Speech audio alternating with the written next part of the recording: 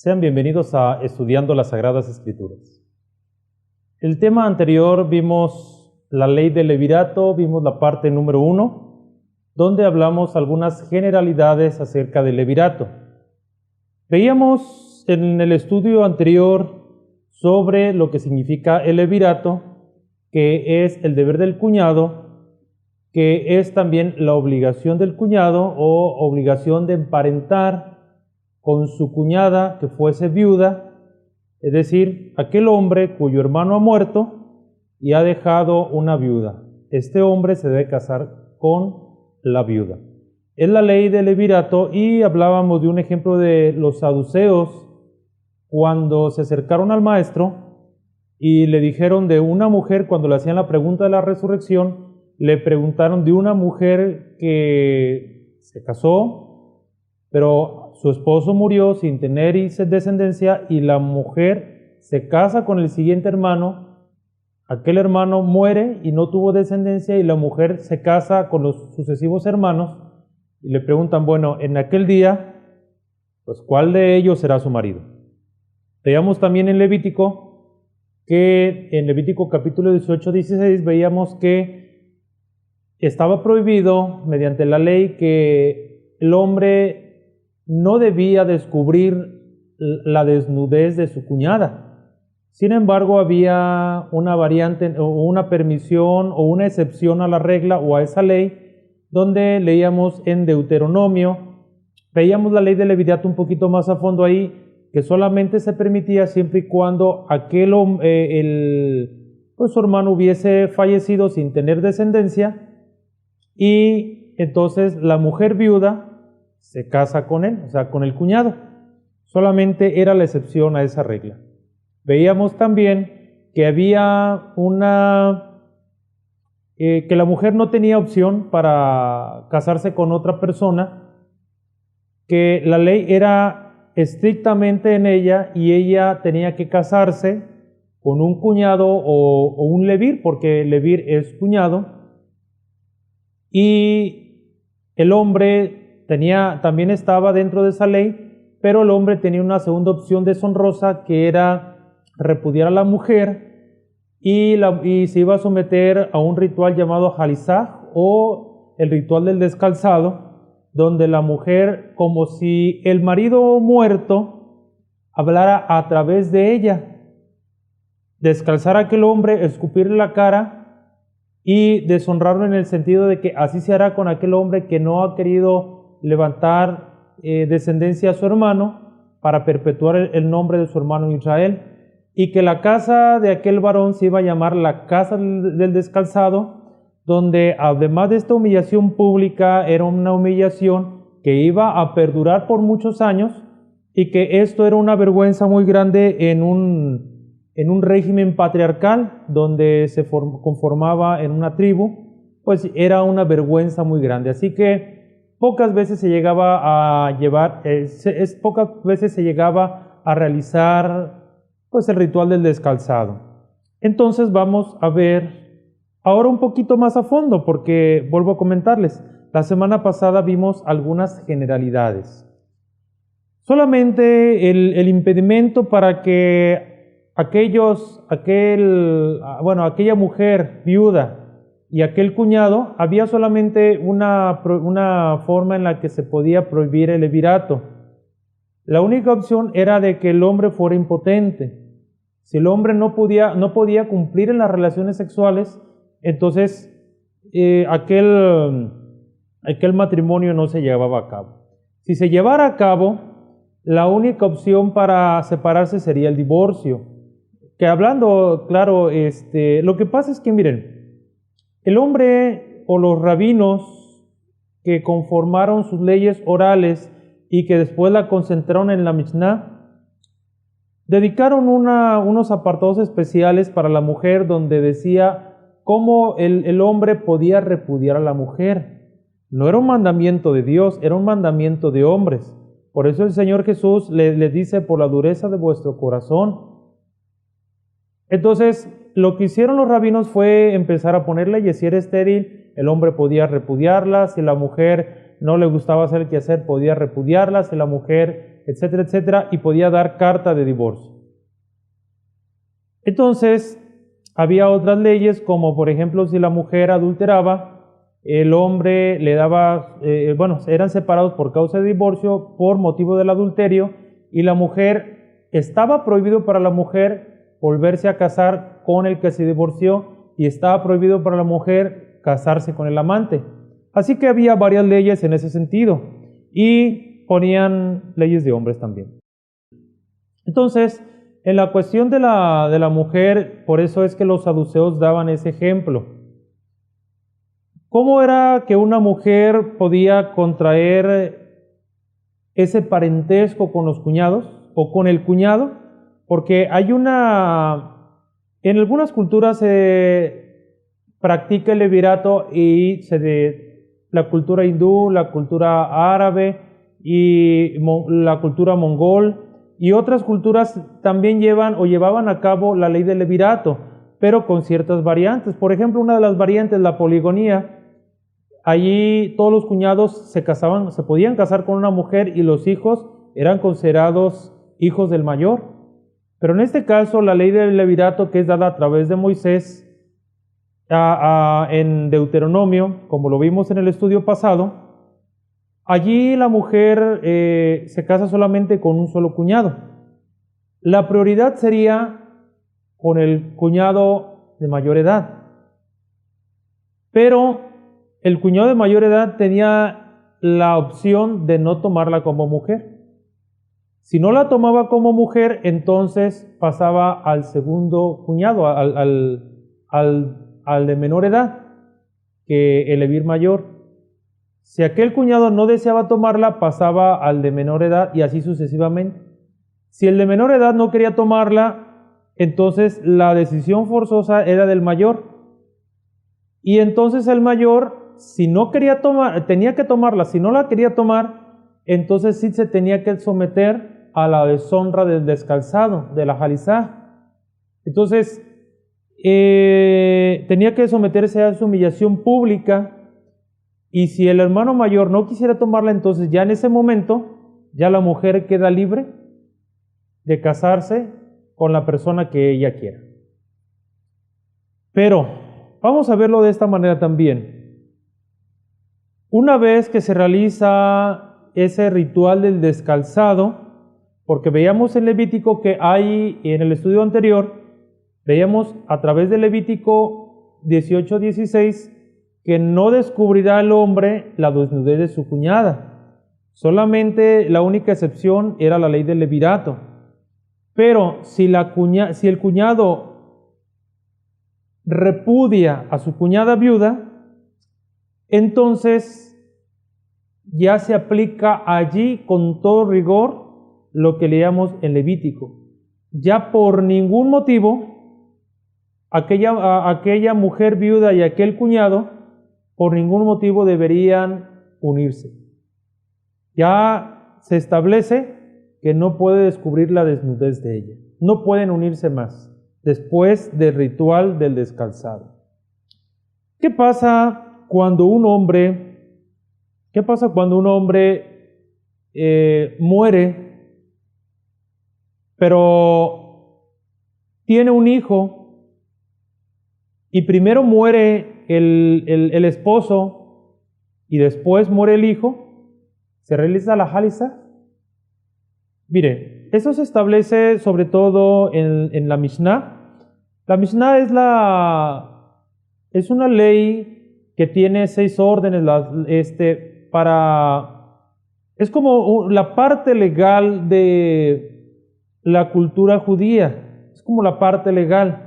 Y entre esas 6 partes o 6 órdenes en las que está dividida, hay una especial para las mujeres. Mujeres se dice Nachim. La orden de Nachim está dedicada especialmente para las mujeres. Pero como dentro de esa orden de las mujeres o de Nachim, hay varias situaciones en cuanto a las reglas que se ponen para la mujer o a las leyes. Hay una ley que se llama Yevamot, que significa cuñadas. Cuñado se dice Yevamá, de Yavam, cuñado se dice Yavam. cuñada se dice Yabamaj, y para hablarlo en plural se llama Yebamot. Otra vez, cuñado se dice Yabam, cuñada Yabamaj, y cuñadas, ya en plural, Yebamot. Yebamaj y Yebamot. Yebamot entonces es en plural y es una de las órdenes dentro de Nachim, Yebamot. Y ahí en Yebamot se pone ciertas reglas. Y en estas ciertas reglas se plantea esto. ¿Qué pasa si la mujer fallece su marido, pero después fallece su hijo? Entonces la mujer está libre del levirato. ¿Por qué? Porque el hombre murió dejando un hijo. Pero se establece al revés. ¿Y qué pasa si el hijo muere primero y el hombre muere después? Entonces la mujer puede llevar a cabo la ley del levirato porque su marido falleció sin dejar descendencia. Luego, también se establece ¿qué pasa con aquel cuñado que es menor de edad? Entonces la mujer deberá esperar a que el cuñado cumpla su mayoría de edad, salvo que la diferencia de años sea mucha. Entonces, también se establece entre las leyes de lo que es la Mishnah, tenemos otras leyes. Por ejemplo, si dice que él tuvo un matrimonio anterior, entonces, y en ese matrimonio anterior tuvo hijos, el hombre ya dejó descendencia. Por lo tanto, la mujer queda libre de cumplir la ley del levirato, porque lo que establece la ley es que el hombre deje hijo, no que la mujer deje hijo. Pero en el caso del hombre, el hombre sí tuvo hijo en un matrimonio anterior, por lo tanto, la mujer queda libre de cumplir el levirato. También la ley dice que si los hombres viven juntos, si el hermano viviese junto. ¿Por qué? Porque también tenemos que pensar que probablemente haya un hermano que viva muy lejos, que no viva allí con él y ni siquiera se entere de que su hermano murió. Así que también tiene que ver mucho esta parte. Claro que la mujer que la única forma de separarse es el divorcio en la ley del levirato. Pero mire, le voy a decir algo. A partir de 1950, la ley del levirato ya quedó en desuso prácticamente porque el rabino jefe del Estado de Israel de ese tiempo pues ya prohibió la ley del levirato. Por lo tanto, en la oposición al levirato es la jalizá. Así que quien ya prácticamente, ya para estos tiempos, queda obligatoria, oiga bien lo que le estoy diciendo, queda obligatoriamente establecido la ley de la jalizá. Ya no es una opción, ni es una forma o una ceremonia de deshonra, sino que es una obligación para que la ley del levirato no se pueda cumplir. Así que para el hombre hay ciertas ventajas. Para la mujer las ventajas que hay es que pues tiene protección, tiene lugar donde establecer su hogar, donde perpetuar su hogar y tener simiente. Para el hombre, pues que ya no hay la forma de de tener que entregar una dote. La dote ya no se entrega en ese momento, porque la dote ya fue entregada por aquel viudo y también porque en cierta manera disfruta de la herencia del viudo. Entonces vamos nosotros, en base a este preámbulo, a esta introducción, vamos a ver la historia de Ruth. Vamos a ver si en Ruth se cumplió la ley del levirato. Vamos a ver si en la Biblia hay pues algunos ejemplos del levirato. Ya que si los saduceos en el tiempo del Señor Jesús hablaron de la ley del levirato, quiere decir que para entonces, en esa fecha, la ley del levirato estaba vigente. Yo les comenté que leyeran unas 3 veces por lo menos el libro de Ruth, ya que está muy digerible, muy rápido de leer, pero que nos van a ayudar a lo que vamos a platicar. En este caso nos habla que, pues, Elimelec y su esposa Noemí y sus hijos se fueron a vivir a Moab. Se fueron de ahí de las tierras de Palestina a vivir en los lugares de Moab, y llevaba a sus dos hijos, que eran Mahlón y Kelión. Ya estando en Moab, Mahlón y Kelión toman mujeres. Mahlón toma como mujer a Ruth, una mujer moabita, y también Orfa para Kelión, que era también moabita. Pero ¿qué pasa? Que mueren, dice, y murió Elimelec, dice en Ruth capítulo 1, versículo 3. Y murió Elimelec, marido de Noemí, y quedó ella con sus dos hijos, los cuales tomaron para sí mujeres moabitas. Y dice el 5, y murieron también los dos, Mahlón y Kelión murieron. Así que quedando así las mujeres, la mujer desamparada con sus dos hijos y su marido. Entonces se levantó con sus nueras y regresó a los campos de Moab. Y regresó de los campos de Moab, o sea, regresó a su lugar en Palestina, a Judá. Porque oyó en el campo de Moab que Jehová había visitado otra vez al pueblo de Judá para darles de comer, para darles alimento. Y aquella mujer llamada Noemí, que ella sí era del pueblo de Israel, y le dice que mejor se fueran, que regresaran a sus tierras, que hallaran descanso allá. Y les dice: volveos, hijas mías, dice el versículo 11, ¿para qué habéis de ir conmigo? ¿Tengo yo más hijos en el vientre que pudieran ser vuestros maridos? Ella, aunque no lo está diciendo así claramente, está mencionando lo que hubiera pasado con la ley del levirato. Si Noemí hubiese tenido otros hijos que fueran solteros, que estuvieran a lo mejor en la edad donde ya próximos a casarse, podían haber tomado a Ruth y a Orfa como mujeres para cumplir la ley del levirato, para perpetuar los nombres de Mahlón y Kelión, para preservarlos en Israel. Aunque Noemí lo hace como una forma de expresar su situación actual, ya que entendemos nosotros que si ella hubiese tenido en su vientre hijo, en una etapa gestacional hubiera estado embarazada, pues de todas maneras, cuando el hijo creciera, ya iba a ser mucho tiempo para tomarlas como mujeres. Así que, aunque nos refiere a la ley del levirato, esa expresión solamente lo utiliza para decirles en el estado también en el que estaban ellas, de que mejor debían irse para buscar marido, porque estaban en edad todavía de poder allegarse a algún hombre. Volvías, hijas, e irse.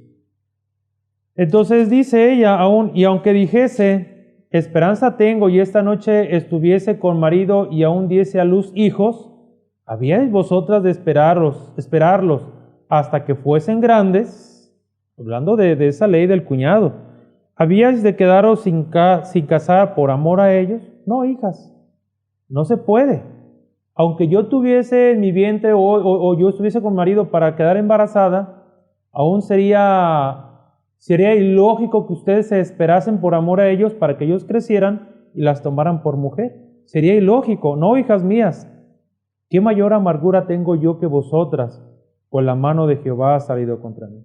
Orfa sí se regresó. Pero sabemos aquellas palabras que Ruth le dijo: no me ruegues que te deje y me aparte de ti, porque a donde quiera que tú fueres, iré yo, y donde quiera que vivieres, viviré. Tu pueblo será mi pueblo y tu Dios mi Dios.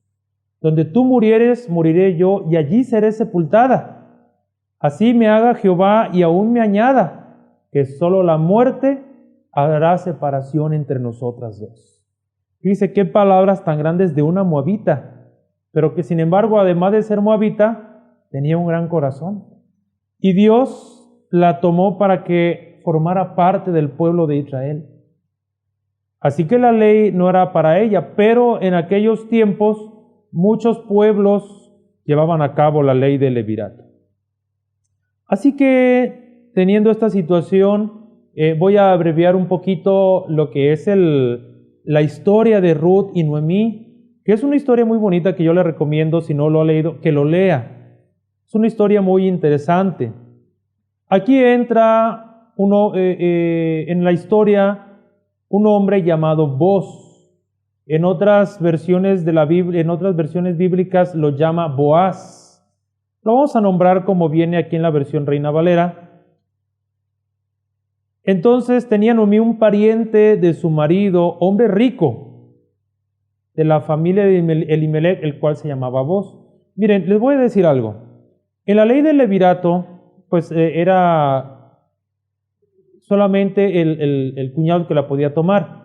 Pero hay en algunas culturas donde en el levirato, si no hay cuñado que tome a la mujer, la puede tomar incluso el suegro o algún sobrino. Aquí tenemos entonces dentro de la historia a un hombre llamado Boz. Era un hombre de la familia de Elimelech.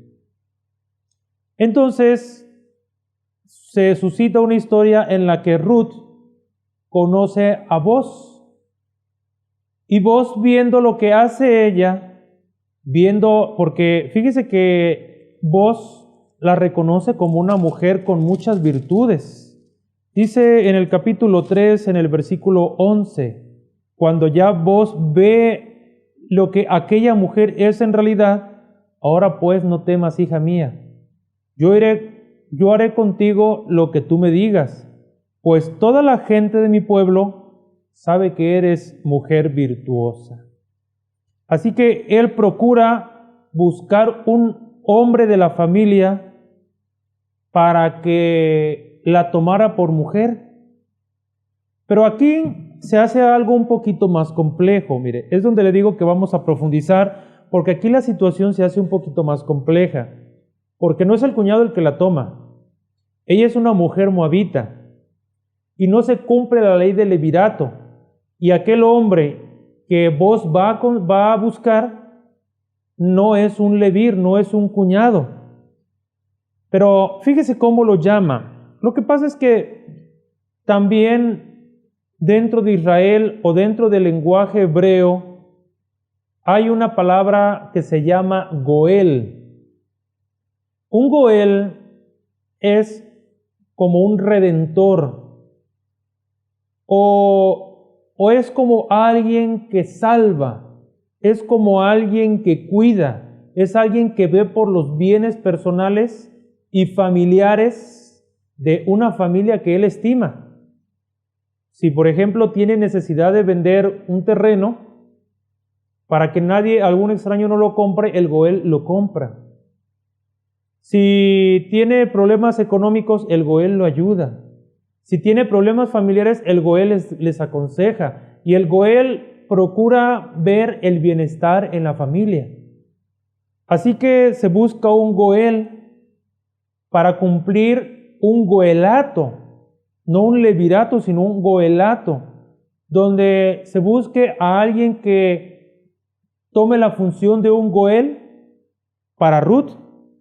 Pero como este hombre que buscó Boz no quiso rescatar a aquella mujer o redimirla, porque podemos también tomar esa palabra redimirla, entonces el nombre no se toma y no se pronuncia en la Biblia, porque no quiso perpetuar.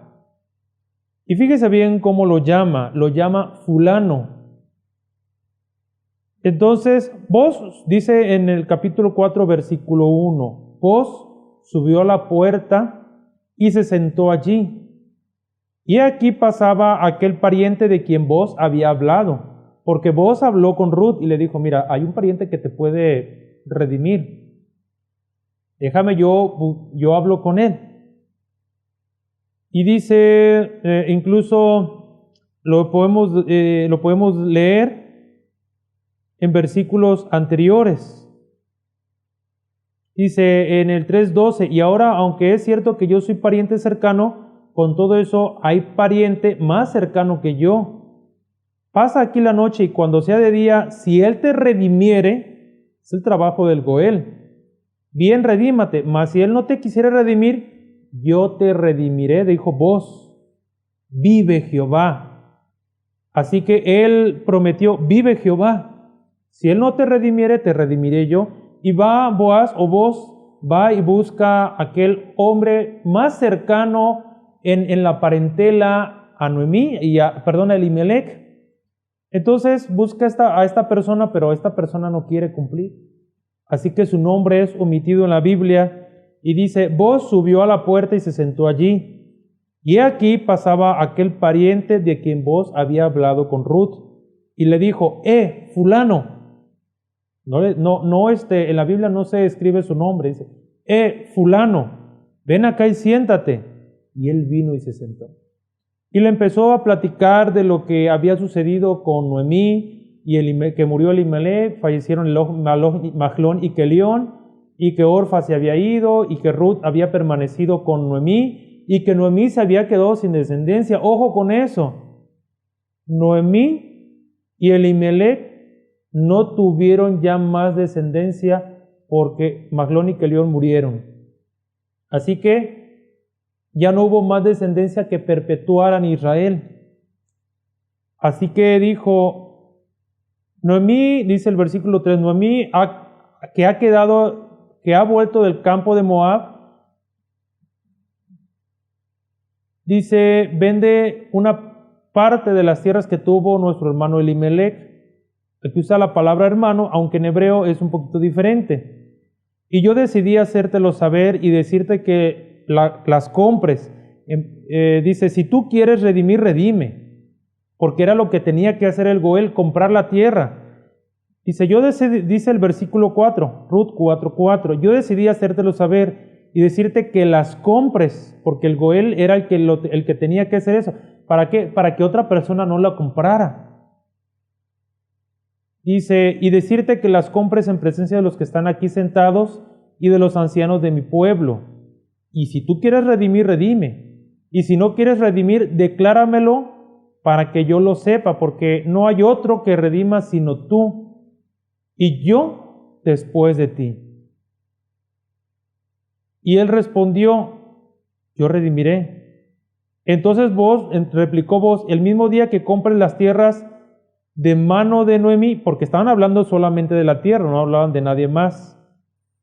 El mismo día que compres las tierras de mano de Noemí, debes también tomar a Ruth la moabita, mujer del difunto, para que restaures el nombre del muerto sobre su posesión. Entonces allí ya aquel hombre que se le llamaba fulano dijo, no puedo redimir para mí, no sea que dañe mi heredad. Redime tú, usando mi derecho, porque yo no podré redimir. Así que hubo alguien que pudiera redimir. Pareciera ser entonces como la ley del levirato, pero no hay un levir. Por lo tanto, podríamos hablar como un goelato, pero sin ley, porque en el goelato o aquel goel no estaba sujeto a una ley. Así que el que vino a ser un goel, vino a ser Booz. Aquel que redimió, o aquel redentor, aquel que rescató los bienes de Elimelec y además tomó por mujer a Ruth. Así que dice en el versículo 10, donde Booz habló con los ancianos y al pueblo, y que también tomó por mujer a Ruth la moabita, mujer de Mahlón. Así que entonces Booz rescató la herencia y también tomó por mujer a Ruth la que era moabita, mujer de Mahlón, para restaurar el nombre del difunto sobre su heredad. Si se fija que aunque no se está llevando a cabo una ley del levirato porque no hay un cuñado, sí se está redimiendo el nombre, o sí se está honrando o se está perpetuando el nombre de aquel que murió. Por eso dice, para restaurar el nombre del difunto sobre su heredad, para que el nombre del muerto no se borre de entre sus hermanos, y de la puerta de su lugar. Vosotros sois mis testigos, le dice a los ancianos. ¿Por qué? Porque esto lo estaba haciendo ante ellos, dando fe de lo que él iba a hacer. Así que en primera instancia vemos que hay un parecido, aunque vos, más que en lugar de ser un levir es un goel, alguien que redime, alguien que ve por el bienestar de la economía familiar. Pero miren, aquí hay algo que si nosotros podemos ver más a fondo, podemos obtener más información. Podemos obtener más información en todas las cosas que estamos leyendo, pero hay unas cosas que sí me gustaría resaltar. Dice, y las mujeres decían a Noemí, loado sea Jehová, que hizo que no te faltase hoy pariente cuyo nombre será celebrado en Israel, el cual es restaurador de tu alma. Le dicen a Noemí, no a Ruth. Ojo con eso por lo siguiente que vamos a leer. Ellas le dicen, el cual será restaurador de tu alma. Dicen a aquella mujer de Judá, mujer de Elimelech, y sustentará tu vejez, pues tu nuera, que te ama, lo ha dado a luz, y ella es de más valor para ti que 7 hijos. Y tomando Noemí el hijo, lo puso en su regazo y fue su aya, su cuidadora. Y le dieron nombre las vecinas diciendo, ojo con lo que les dicen, le ha nacido un hijo a Noemí. A ver, ¿qué no era hijo de Ruth? Pero ellas le dicen, le ha nacido un hijo a Noemí, porque para perpetuar el nombre de Elimelech se perpetuó en Ruth por medio de Boz. Así que entonces Noemí no se quedó sin descendencia. Le ha nacido un hijo a Noemí y lo llamaron Obed. Bueno, ¿y por qué no lo llamaron Mahlón? ¿Qué no era para perpetuar el nombre de Mahlón?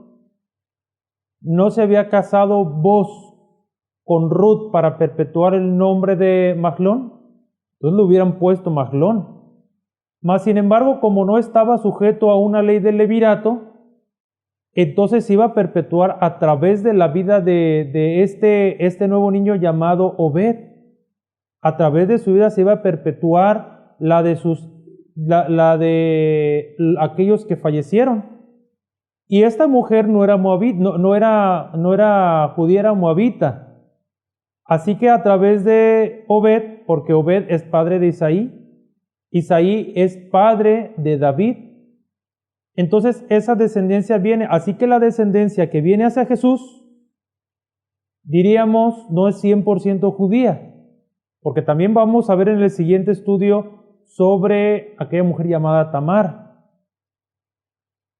Pero aunque viene esa descendencia, recordemos que Jesús no es hijo de José por sangre, sino por adopción.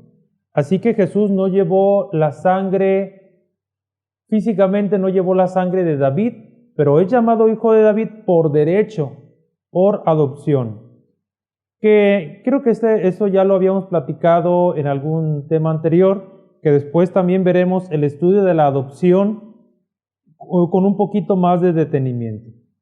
Así que nosotros posteriormente ahí nos da unos 3 textos de pues alguna descendencia, de alguna genealogía para llegar a David.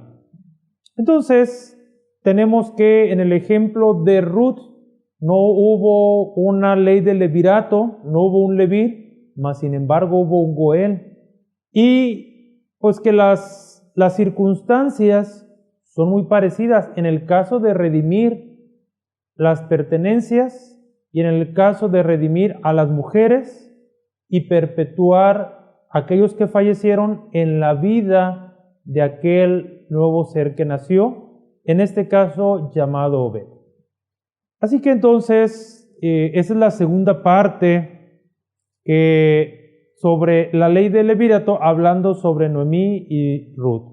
Pero también podemos ver posteriormente, que lo vamos a ver en el siguiente en nuestro siguiente estudio para que pues también pudiera yo decirles que lean ese pasaje de Judá, de Onán y de Tamar, para que pues porque vamos a ver también la ley del levirato en base a la vida que tienen ellos, porque también se ha hablado de un onanismo, pero eso es lo que les encargaría para el siguiente estudio que vamos a ver sobre la ley del levirato, donde vamos a hablar sobre Onán, sobre Tamar y sobre Judá.